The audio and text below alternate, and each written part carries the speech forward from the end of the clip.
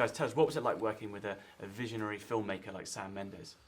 It was a privilege. It was absolutely wonderful. Like Sam is amazing, and he's led us through this kind of epic experience. And he's masterful. You know, his understanding of storytelling and how and when you give information to kind of create a reaction, be it as actors or be it in the final piece of the film, is unlike anything I've ever seen before. Genius. Can I ask you to set up the one-shot element of the film and how it challenged you both as actors?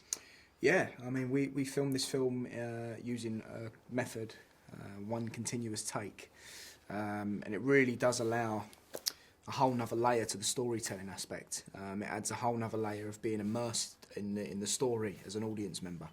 And as an actor, again, you're immersed in the story. You know, we did takes lasting up to 9 minutes long sometimes, and as an actor, you can just become completely lost in the story and the character, and it's honestly a dream come true.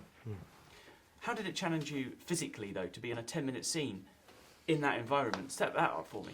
It was tough because obviously, like, it's not just a 10-minute take. We did that 10-minute take again and again and again, and before we even got to filming that 10-minute take, we rehearsed that 10-minute take again and again and again.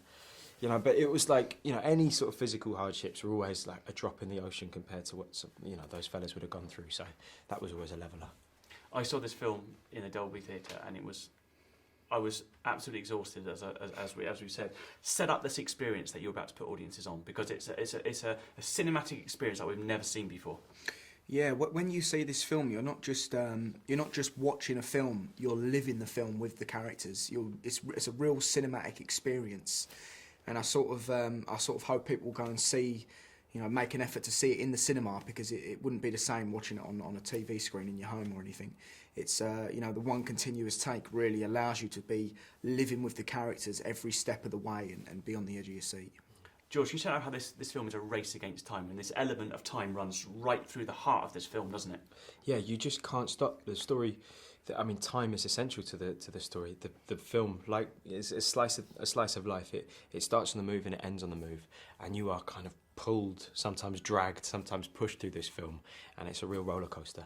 Just share with me the camaraderie that these two characters share on screen, if you can introduce them, who they are, and this unique bond that they have within this story. Yeah, well, I play the character of Lance Corporal Blake, who is a much younger soldier compared to Schofield. He hasn't been there very long, and he hasn't seen the realities of war as though Schofield has. But he's a good soldier. He's good with maps and navigation, and they both get sent on a seemingly impossible mission to deliver a message. Yeah, as Dean says, I play Lance Corporal Schofield, who has he's been there a wee while longer. He's a little bit older, but he deals with things differently. I think that's where they differ, and where also they learn to kind of come together. Is that I think Schofield's kind of fears that if he lets go of holding on to himself, then he's going to unravel completely, and he won't be able to be in the place that he is. So his way of dealing with it is to kind of keep it all inside. And lastly, tell us about this prep you did, this boot camp that you went on to get ready for this movie, because physically it was so demanding on both of you. Yeah, we went through 6 months of rehearsals before actually starting to shoot, and in those 6 months, you know, we weren't only just working on the scenes, but we were also doing a boot camp. You know, it was mainly military training with a military advisor called Paul Biddis, who actually served in the British military, and he was brilliant at sort of helping us get in that sort of headspace as a soldier. And it's really just fingers and thumbs with the rifles to make it look like we knew what we was doing. Really. Yeah.